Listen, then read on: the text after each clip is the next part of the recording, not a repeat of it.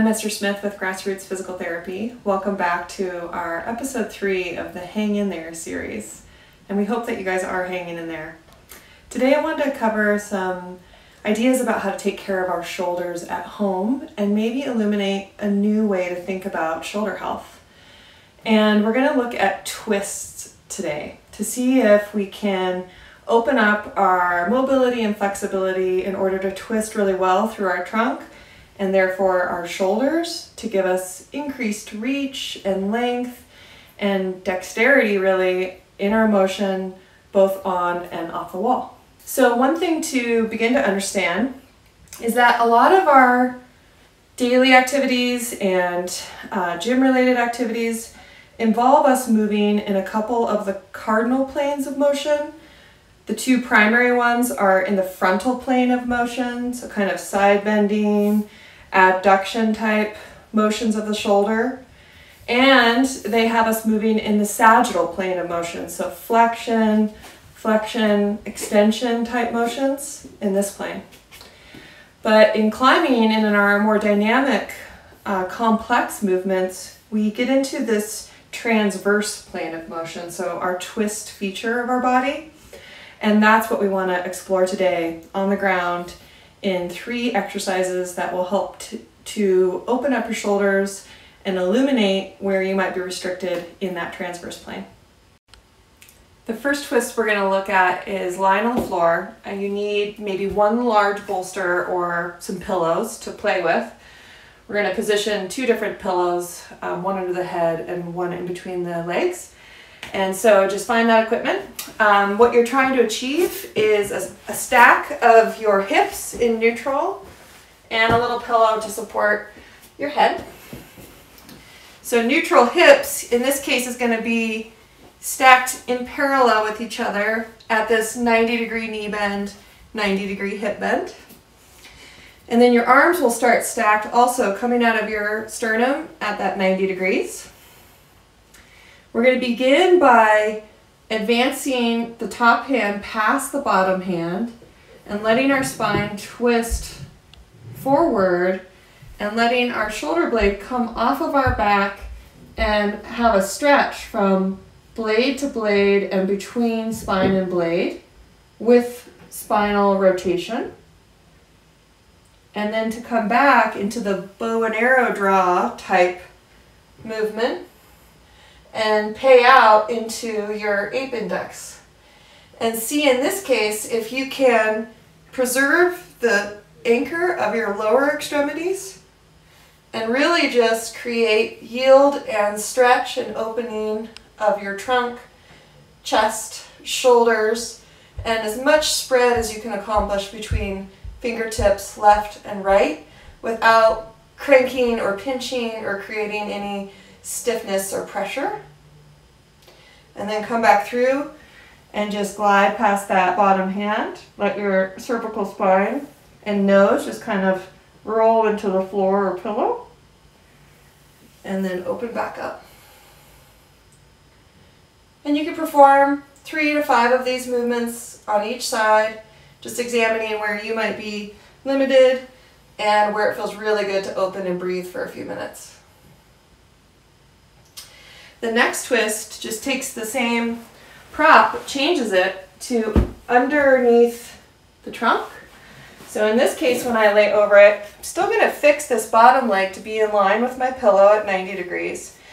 But then this top hip and leg is going to be available to move and rotate with me. So I'll lay over this and I'll still get enough of a pillow that I'm not crinked in my neck and that this surface isn't too big for me as I go through this twist action. So it's going to start the same as the bow draw, where you slide past the bottom hand, and then we're going to go over and come into this windmill type twist. And you'll see here now that I'm back in my ape index, but I'm in more gross extension, which is very much the posture that we need to have available when we're on the wall, is open heart, open chest, and open shoulders in spinal extension.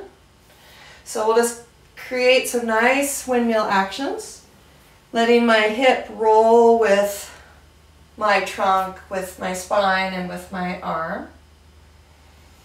And you'll also just note that I'm going to keep this hitchhiker thumb type position of my arm as I travel overhead, and it'll just spin and change to palm up as I'm by my side. So overhead is thumb down, or hitchhiker thumb.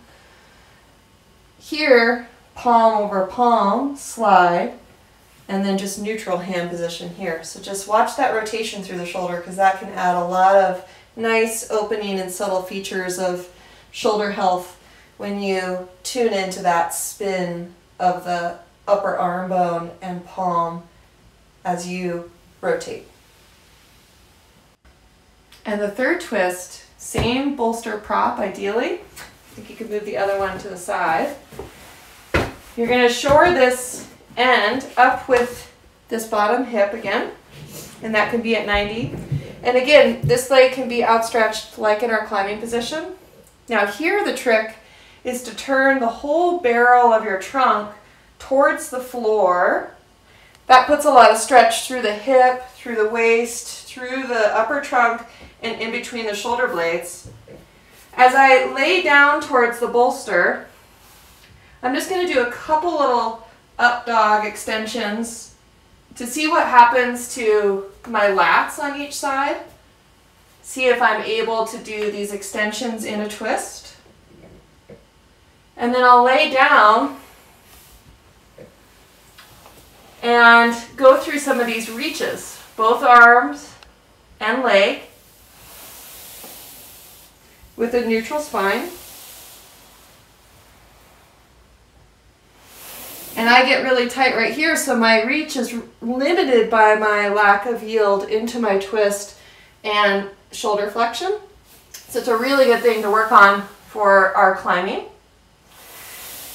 And then we can also just make this a restorative position where we relax into this Z posture of our hips. Try to fold our trunk, roll our trunk towards the floor and onto the bolster. And then rest there with big breaths into our back body and in between our shoulder blades.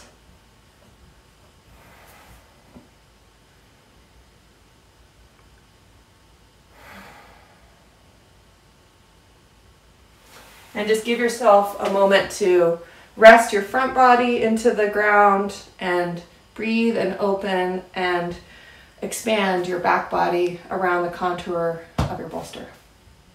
Often we think of improving our shoulder health through the classic strengthening exercises and stretching exercises, and those are awesome, but a lot of those are done in those cardinal planes of motion, the frontal plane and the sagittal plane. And what's really cool is if we look at our flexibility and get stretch in our transverse plane, and we improve that so we're not limited by muscles that are too tight or stiffnesses that don't allow us to go into the joint positions necessary to achieve those motions. If we can find that through our lengthening type twist stretches, and we can gain that mobility and flexibility, then we can also strengthen in the transverse plane more effectively as well.